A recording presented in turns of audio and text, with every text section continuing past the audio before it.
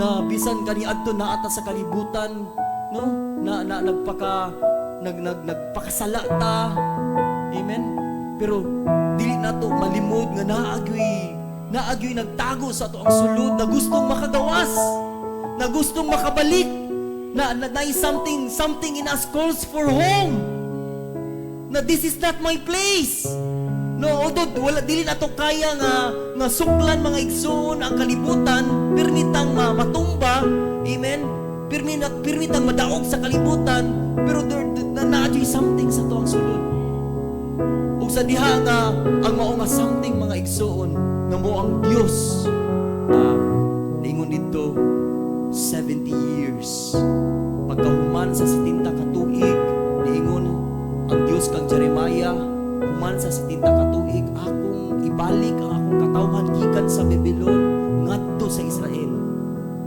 Ug sa ato ang adlaw mga igsoon, aduna po'y saan ang Dios diha sa Malakyas 4:5. Behold, I will send you Elijah the prophet. Ug iyang ipabalik ang kasing-kasing sa mga anak ngadto sa amahan. O na karon nga nakagawas na gikan sa kalibutan. Nakabalik ta sa tama nga pagpangalagad.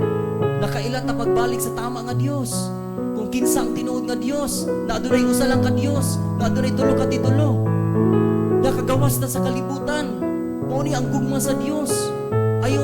Ayaw ka nang himuang komuni nga pangitabo sa imong kinabuhi.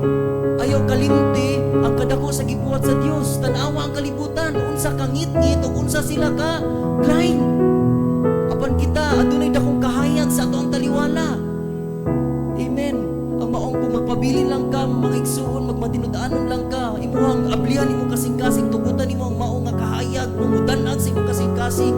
Ang naaduna po'y kahayag nga nagatago sa imong kasing-kasing. Pagaw nga mo pagawas.